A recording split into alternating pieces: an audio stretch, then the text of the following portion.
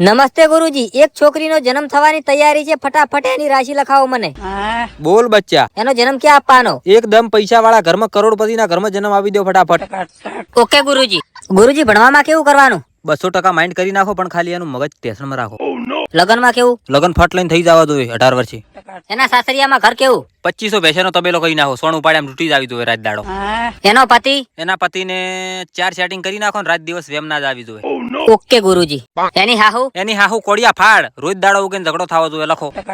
ગુરુજી, ગામની પંચાયત? ગોમની પંચાયત પહેલી વાતમાં કોઈ ના હોય ને તો આખા ગોમના બૈરા ભેગા કરીને વાત પહેલી થવી જોઈએ.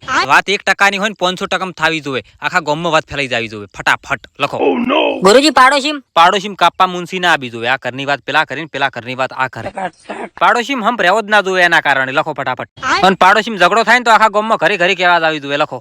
અને ઘરમાં રાજકારનું હેડવું જોઈએ? એની હાહુનું. હોય ને ગુરુજી, તો જ મજા આવે આપણે બેઠા બેઠા જોતા.